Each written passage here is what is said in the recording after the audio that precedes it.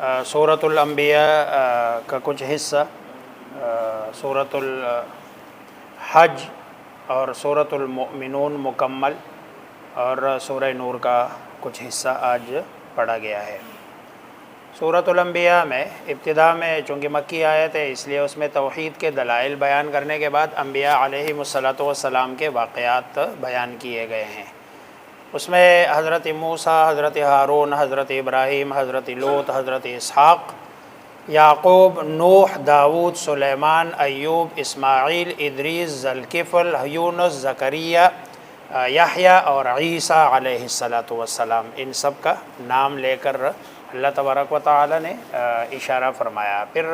ان تمام انبیاء علیہم الصلاۃ والسلام میں جو مشترکہ بات تھی کہ ان کی دعوت ایک تھی، اور وہ یہ تھی کہ اللہ تبارک و تعالی پر ایمان لے آؤ، اور جو بندہ بھی نیک کام کرے گا اور مومن بھی ہوگا تو اس کی کوئی بھی کوشش رائے گا نہیں جائے گی۔ یہ ان کا پیغام تھا۔ ان میں 17 انبیاء میں سے 6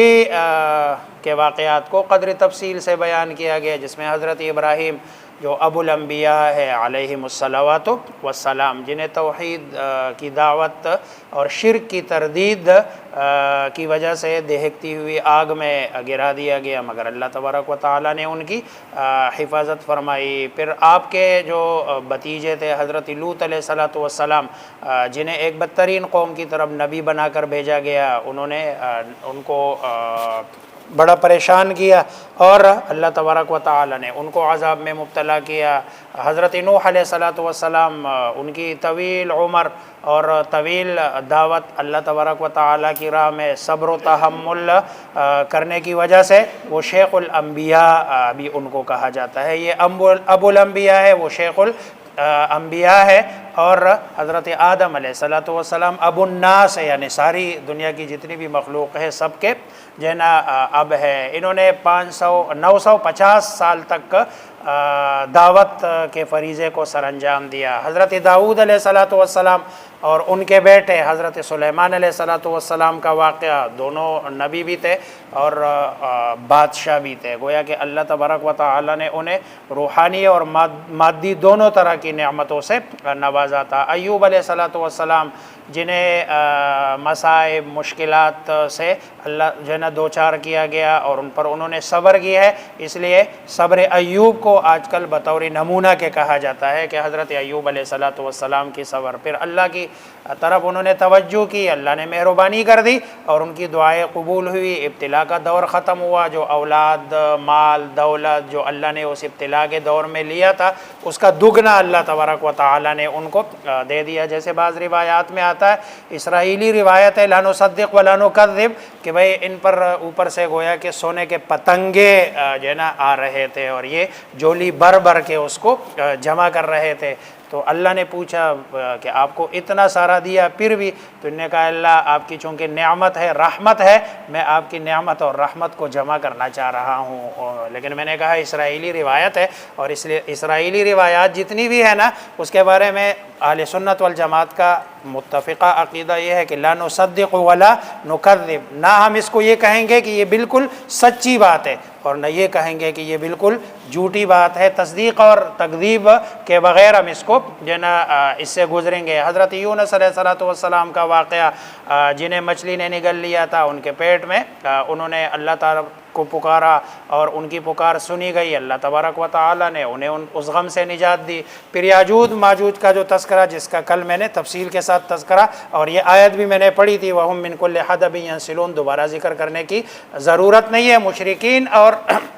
ان کے اصنام، قیامت کے دن ان کو دوزخ کا ایندھن بنایا جائے گا اور کوئی بھی کسی کے کام نہیں آ سکے گا۔ انبیاء متقدمین کے قصص بیان کرنے کا بنیادی مقصد کہ محمد الرسول اللہ صلی اللہ علیہ وسلم دین اور دنیا میں سارے جہانوں کے لیے رحمت ہے۔ آپ نے اللہ تبارک و تعالیٰ کا پیغام انسانوں تک پہنچا دیا، مگر جب ہر قسم کے دلائل پیش کرنے کے بعد بھی لوگ نہ سمجھے تو آپ نے اللہ سے دعا کی، اے میرے پروردگار حق کے ساتھ فیصلہ کر دے، اور ہمارا پروردگار بڑا مہربان ہے، اور اسی نے اسی سے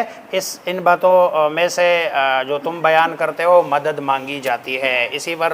اللہ تبارک و تعالیٰ نے آپ صلی اللہ علیہ وسلم کی دعا قبول کی، اور پھر بدر میں جو ہے نا مشرکین پر اللہ تبارک و تعالیٰ کا عذاب مسلمانوں کو مسلط کر کے دیا گیا۔ دوسری جو صورت ہے سورۃ الحج ہے،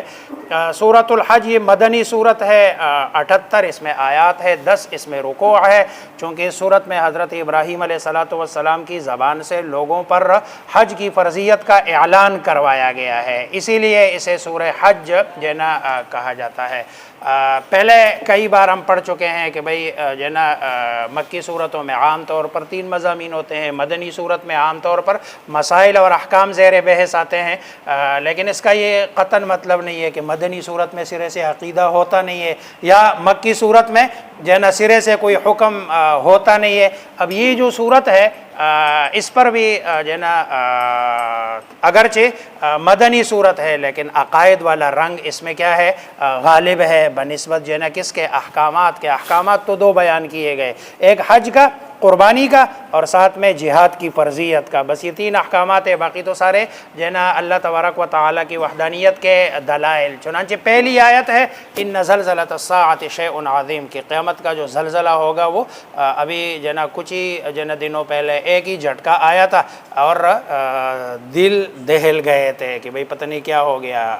آپ تو شاید نیچے رہتے ہیں، جو فلیٹوں میں رہنے والے لوگ ہیں وہ تو یوں ہو گئے تھے، اور ان کے لیے تو باہر آنا بھی مشکل ہو گیا تھا۔ تو یہ جو قیامت کا زلزلہ ہے، بندہ سوچتا ہے تو کہ یہ ساری چیزیں بالکل بکھر جائے گی، اڑ جائے گی، اور کوئی چیز ہر بندہ، جیسے قرآن نے اس کا جو ہے نا منظر پیش کیا، ہر بندہ ایسے لگے گا جیسے نشے میں ہے، لیکن نشے میں کوئی ہوگا نہیں، ولیکن عذاب اللہ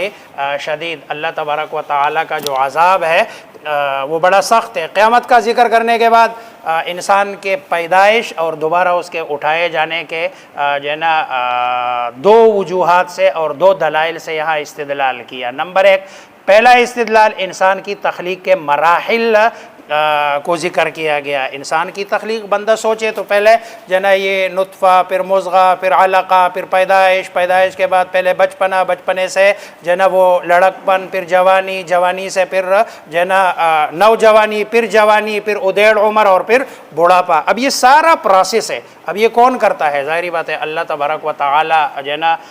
کرتا ہے یہ 7 جو ہے نا مراحل۔ اب اس پر اگر انسان جو ہے نا سوچے تو قیامت کے دن دوبارہ اٹھائے جانے کا جو ہے نا انکار نہیں کرے گا۔ اور یہ جو 7واں مرحلہ ہے نا، یعنی یا تو وہ جوانی میں انتقال کرتا ہے، اور یا وہ جوانی سے بڑھاپے میں چلا جاتا ہے، اتنا بوڑھا ہو جاتا ہے کہ اس پر بچپنے کا گمان ہوتا ہے، پھر اس کو سمجھ نہیں آتی کہ میں کیا کہہ رہا ہوں، کیا بول رہا ہوں، اور جو ہے نا عمر کے اس حصے میں چلا جاتا ہے۔ اور پھر آگے جو ہے نا دوسری چیز کہ بھئی یہ جو انسان دیکھتا ہے دن رات صبح و شام، یہ ایک نظام ہے، سسٹم ہے، اللہ چلا رہے ہیں، اس کو دیکھ کر اس کو نہیں سمجھ آتی ہے کہ اللہ تبارک و تعالی ہر چیز پر قادر ہے۔ یہ دنیا کا نظام کتنے عرصے سے چل رہا ہے، کہیں جو ہے نا 1 سیکنڈ کا جو ہے نا فرق جو ہے نا سورج کے طلوع میں، غروب میں، دن کے حسابات میں، چاند کے حساب میں کوئی 1 سیکنڈ کا بھی فرق نہیں آتا۔ تو جب اتنا بڑا نظام اللہ چلا رہے تو ایک انسان کو دوبارہ، جس کا پہلے جو ہے نا ایک نقشہ بھی ہے، نمونہ بھی ہے، اس کو دوبارہ پیدا کرنا اللہ کے لیے کوئی جو ہے نا مسئلہ نہیں ہے۔ پھر آگے جو ہے نا جن لوگوں نے ایمان اور دین کو ایک جو ہے نا اپنے لیے مذاق سمجھ رکھا ہے، اور دنیا کی جو مال اور دولت کو دیکھ کر وہ خوش ہوتے ہیں، ان کا تذکرہ کیا۔ اللہ تبارک و تعالی نے ساری انسانیت کو 2 کیٹیگریوں میں تقسیم کیا، ایک طرف یہود، نصارہ، مشرکین اور ہنود، ان سب کو ڈالا، اور دوسری طرف ایمان والوں کو ڈالا۔ پھر اللہ فرماتے ہیں ھذان خصمان اختصموا، یہ 2 گروہ ہے، 5 6 7 8 نہیں ہے، یہ کفر ہے اور یہ اسلام ہے۔ ان 2 جو ہے نا گروہوں میں اللہ تبارک و تعالی نے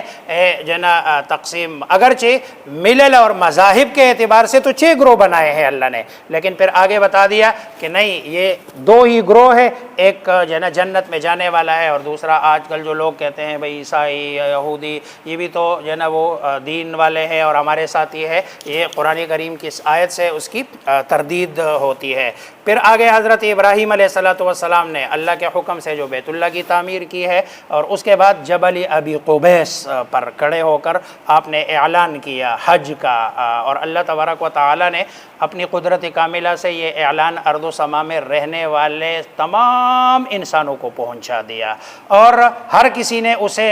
سن لیا ہے۔ یہ اللہ تبارک و تعالی کی قدرت ہے۔ حج اور جو ہے نا شعائر حج کی مناسبت سے پھر کہا گیا کہ اللہ کے جو محارم ہے، جو چیزیں اللہ نے حرام کی ہے، اس کی تعظیم کرو۔ ایمان کی علامات میں سے ہے، جیسے نیکیوں کے کرنے میں اجر عظیم ہے، اسی طرح اللہ کے حرام کی ہوئی چیزوں اور اعمال سے بچنے میں بھی، برے اعمال سے بچنے میں بھی بڑا ثواب ہے۔ پھر حقیقی مومنوں کی 4 علامات ذکر کی گئی ہے۔ پہلا یہ کہ اللہ سے ڈرتے ہیں، خوف ہے، مصائب پر صبر کرتے ہیں، نماز کی پابندی کرتے ہیں، اور نیک مصارف پر وہ خرچ کرتے ہیں۔ پھر جانوروں کی قربانی کا حکم دیا گیا کہ جانوروں کی جو ہے نا قربانی کی جائے۔ پھر جانوروں کی قربانی میں اللہ فرماتے ہیں کہ اصل چیز تو جو ہے نا تقوی ہے، نیت ہے، باقی گوشت ہے، ہڈیاں ہیں، اللہ کو یہ نہیں چاہیے، خون بھی نہیں چاہیے۔ لن ینال اللہ لحومها ولا دماؤها ولکن ینالہ التقوی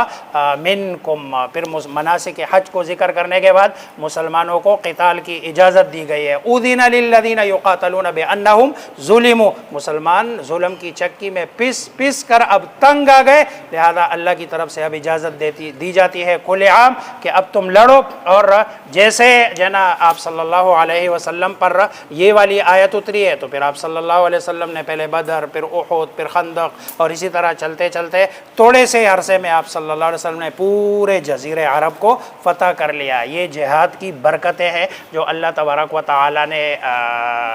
بتائی ہے۔ پھر آگے جو ہے نا آخر میں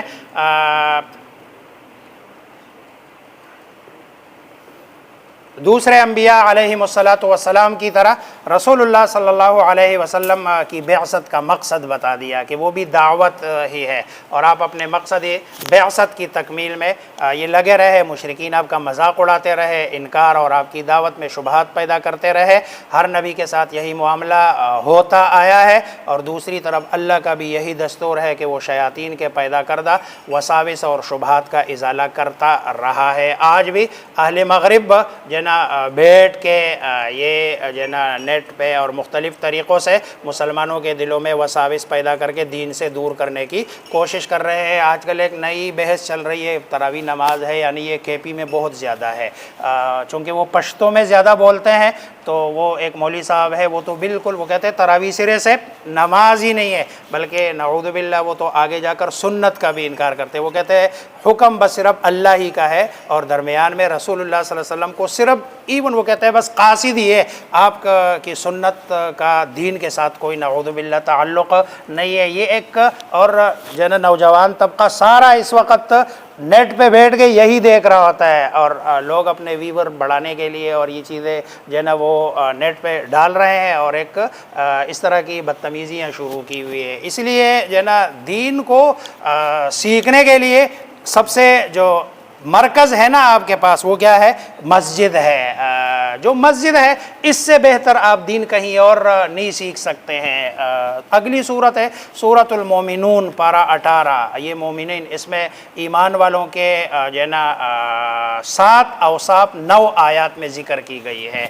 پہلی صفت یہ ہے، اور ان کے لیے پھر جنت الفردوس کے استحقاق کا حکم بھی لگایا، وہ سچا ایمان جو ریا اور نفاق سے پاک ہو، نماز میں خشوع اور اللہ تبارک و تعالیٰ کے سامنے عاجزی اور خوف کے ساتھ کھڑے ہوں گے۔ نمبر 3، لغو سے اعراض، اور لغو ہر ایسے قول و فعل کو کہا جاتا ہے جس میں کوئی فائدہ نہ ہو، جیسے یہ ہمارے بچے ہم ادھر تراویح پڑھ رہے ہوتے ہیں اور یہ سارے ادھر کھیل رہے ہوتے ہیں، یہ لغو ہی ہے۔ نماز کے اوقات میں کھیلنا، ہاں اگر نماز کا ٹائم نہ ہو تو کھیلنا پھر مطلب ہے اس کی گنجائش ہے، لیکن این نماز کے ٹائم نماز ہو رہی ہے اور کبھی فٹ بال آپ کے جنا چھت پہ آ کے دھڑام کر کے گرتا ہے، کبھی ادھر سے آوازیں آتی ہے، یہ لغویات ہے۔ ایمان والے کی صفت یہ ہے کہ وہ ان چیزوں سے بچے گا، کامل طریقے سے زکوٰۃ کی ادائیگی کرتا ہے، اور زنا اور فحش کاموں سے اپنے آپ کو بچا کر رکھتا ہے، امانتوں کی حفاظت کرتے ہیں، وعدے پورے کرتے ہیں، اور نمازوں کی حفاظت کرتے ہیں، وقت کا بھی لحاظ کرتے ہیں، اور ارکان و آداب کی رعایت رکھتے ہیں۔ مومنین کی صفات بیان کرنے کے بعد خود انسان کی زندگی اور اس کے تخلیق کے مراحل کو پھر جنا ذکر کیا گیا ہے کہ جنا قرآن نے شکم مادر میں انسانی وجود کے مراحل آج سے کئی سو سال پہلے اللہ تبارک و تعالی نے بتا دیا، اور جو پہلے والے زمانے کے جو حکماء تھے، طبیب تھے، وہ اس بارے میں بات بھی نہیں کر سکتے تھے، بات کرتے ہوئے ڈرتے تھے۔ آج کی جدید سائنس اگرچہ اب ان مراحل کی تصدیق کرتی ہے، لیکن قرآن ظاہری بات ہے سائنس کی تصدیق کا محتاج نہیں ہے۔ قرآن کریم یہ اللہ کی کتاب ہے جناب۔ پھر 3 قسم کے تکوینی دلائل دیے گئے ہیں، 7ویں آسمان اور اس کے اندر جو عجیب مخلوق ہے ان کی تخلیق۔ نمبر 2، بارش کا برسانا اور اس کے ذریعے سے مختلف غلجات اور پھلوں کا آ جانا۔ نمبر 3، چوپایوں اور ان کے اندر دودھ، گوشت، اون، سواری، بربرداری جیسے منافع کا پیدا کرنا۔ یہ اللہ تبارک و تعالیٰ کی وحدانیت پر یہ بڑی بڑی جو ہے نا کیا ہے دلیلیں ہیں۔ پھر اللہ تبارک و تعالیٰ جو ہے نا انبیاء علیہم السلام کے قصص اس میں بھی بیان کیے، حضرت نوح، ہود،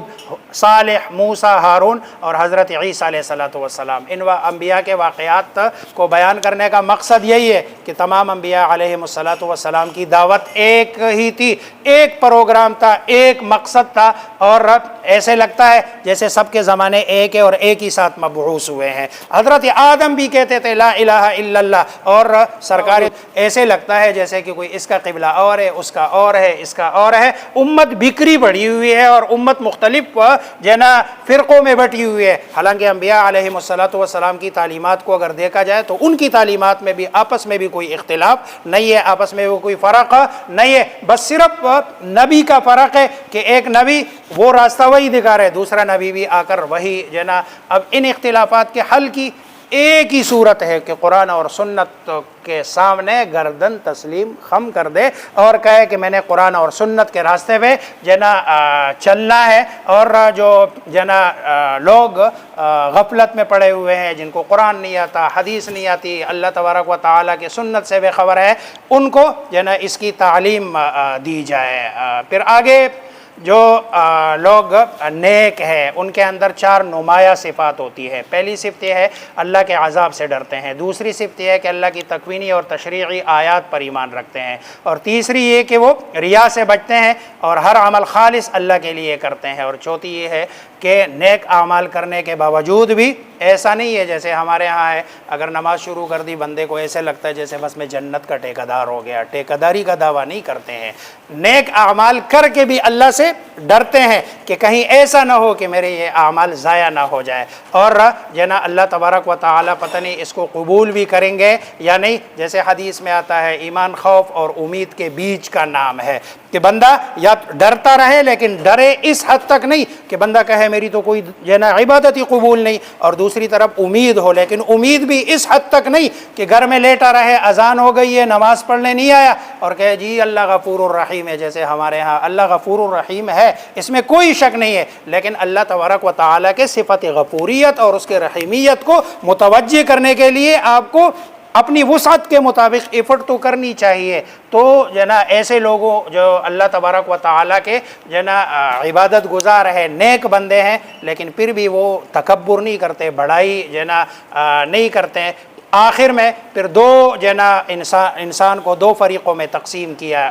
گیا، جو آخرت میں تقسیم ہوں گے، ایک سعداء ہے، نیک بخت ہے، ان کا انجام جو ہے نا وہ جنت ہے، اور دوسرا اشقیاء ہے، شقی ہے، بدبخت ہے، اور ان کا پلڑا قیامت والے دن ہلکا ہوگا، ان کو جہنم میں پھینک دیا جائے گا۔ اگلی جو صورت ہے سورۃ النور ہے، مدنی صورت ہے، اس میں 64 آیات ہے، 9 رکوع ہے۔ اس کو نور اس لیے کہا جاتا ہے، اس میں اللہ نور السماوات والارض ہے، اور دوسری وجہ یہ ہے کہ اس صورت میں ایسے آداب ہے، فضائل ہے کہ جو انسان کی زندگی کی راہوں کو روشن اور منور کرتا ہے، اس لیے سورت کا نام سورہ نور ہے۔ خواتین کو سورہ نور ضرور پڑھنی چاہیے، اور خواتین کو پڑھانی بھی چاہیے، مردوں کے لیے سورہ مائدہ اور خواتین کے لیے سورہ نور، یہ بہت اہمیت کی حامل، قرآن سارا اہمیت کا حامل ہے، لیکن یہ خاص طور پر جس میں احکامات جو نا بیان کیے گئے ہیں، اس میں جو سب سے بڑی بات حضرت عائشہ رضی اللہ تعالی عنہا پر جو تہمت لگی ہے جو ہے نا اس کی بحث ہے۔ چنانچہ اس میں جو آداب ہے سب سے پہلا جو ہے نا، اور دوسرا حکم زنا کی سزا اور جو ہے نا زانیوں کا حکم بیان کرنے میں یہاں 3 احکامات بیان کیے گئے۔ پہلا حکم یہ ہے کہ اگر کوئی جو ہے نا مرد یا عورت زنا کرتے ہیں اور وہ غیر شادی شدہ ہے تو ایسی صورت میں ان کو کوڑے مارے جائیں گے، 100 کوڑے اور 100 کوڑے یہ مارے جائیں گے۔ دوسرا یہ کہ اگر وہ غیر شادی شدہ نہیں ہے، شادی شدہ ہے، شادی کی ہوئی ہے، پھر بھی وہ یہ جو ہے نا فعل قبیح کا ارتکاب کرتے ہیں تو پھر ان کو رجم کیا جائے گا۔ دوسرا جو حکم بتایا ہے وہ اگر کوئی آدمی کسی پر تہمت لگاتا ہے کہ بھئی جو ہے نا اس نے زنا کا ارتکاب کیا، اب تہمت کی وجہ سے یہ جو تہمت لگانے والا ہے اس کو کہا جائے گا بھئی آپ لے آؤ 4 گواہ۔ اگر یہ 4 گواہ لے آتا ہے تو ٹھیک ہے، نہیں لاتا تو کہتا ہے اس کو لمبا کرو اور کوڑے اس کو مارے جائیں گے۔ یہ جو ہے نا دیکھو انسان کی جو ہے نا عزت نفس کا کتنا خیال رکھا گیا کہ کوئی کسی کے بارے میں، آج ہمارے معاشرے میں ہر بندہ دوسرے کے بارے میں جی یہ زانی ہے، یہ شرابی ہے، یہ فلاں ہے، یہ فلاں ہے، اس طرح کی باتیں کرتے ہیں۔ اگر یہ اسلامی قانون ہونا یہ کوئی بھی بندہ اپنے منہ سے یہ لفظ نہ نکال سکے، اگر کوئی نکالے گا تو بھئی لے آؤ آپ 4 گواہ، نہیں تو اس کو لمبا کرو۔ کون ہمت کرے گا کہ بھئی وہ اس طرح کی بات کرے؟ اب یہ 2 احکامات جب نازل ہوئے، اب تیسرا حکم اس کے جو ہے نا بعد صحابہ کرام رضوان اللہ تعالی علیہم اجمعین کو ایک پریشانی ہوئی۔ وہ پریشانی یہ کہ اے اللہ کے رسول جو 2 احکامات ہیں اس سے تو ایسا پتہ چل رہا ہے کہ بھئی اگر کوئی آدمی اپنی بیوی کے ساتھ بھی اس طرح کا کوئی مرد دیکھے تو اب یہ جائے گا 4 گواہ لینے کے لیے، اور یہ 4 گواہ لا کے جو ہے نا اس کے سامنے کھڑا کرے گا، پھر جا کے عدالت میں جا کے کہے گا کہ بھئی اس نے یہ زنا کیا، تو یہ تو ظاہری بات ہے غیرت کے خلاف ہے۔ اور اگر 4 گواہ اس کے پاس نہیں ہے، نہیں لا رہا ہے، خاموش ہو رہا ہے، تو یہ بھی کوئی مناسب بات نہیں ہے۔ تو اس صورتحال میں بندہ کیا کرے؟ یہ تو بولے تو کوڑے لگے، نہ بولے تو ظاہری بات ہے بغیرتی والی زندگی ہے، اور بیوی اس طرح کا کام کر رہی ہے۔ حکم الگ ہو گیا لعان کا۔ اگر کوئی آدمی اپنی بیوی پر تہمت لگاتا ہے تو اس کا وہ والا حکم نہیں ہے، حکم اس کا یہ ہے کہ 5 قسمیں یہ اٹھائے، 5 قسمیں یہ اٹھائے، اور یہ قسمیں اٹھائے گا کہ میں جو بات کر رہا ہوں اس میں میں سچا ہوں، اور 5ویں مرتبہ کہے گا کہ اگر میں جھوٹا ہوں تو مجھ پر اللہ کی لعنت ہو۔ اور عورت کہے گی کہ جو ہے نا اگر عورت نے قسم اٹھانے سے انکار کر دیا تو مرد کا دعویٰ ثابت ہو جائے گا، لیکن اگر عورت نے بھی قسمیں اٹھا لی اور کہا کہ نہیں یہ بندہ جھوٹا ہے، اور اگر یہ اپنی اس بات میں سچا ہو تو 5ویں مرتبہ کہے گی کہ مجھ پر اللہ کا غضب ہو۔ یہ 5 مرتبہ جب یہ قسمیں اٹھانے کے بعد قاضی دونوں کے درمیان تفریق کر دے گا اور یہ متلاعنین ہو جائیں گے۔ اور متلاعنین کے بارے میں حدیث میں ہے المتلاعنان لا یجتمعان ابدا، ان کا اب کسی بھی صورت میں دوبارہ نباہ ممکن نہیں ہے، یہ میاں بیوی نہیں رہے اور ان کے درمیان تفریق کر دی جائے گی، ان کا نکاح ختم کر دیا جائے گا۔ یہ تیسرا حکم ہے۔ آگے پھر حضرت عائشہ رضی اللہ تعالی عنہ پر جو تہمت واقع افک ہے انشاءاللہ اس کو کل بیان کریں گے۔ اللہ مجھے آپ سب کو سمجھنے عمل کرنے کی توفیق عطا فرمائے۔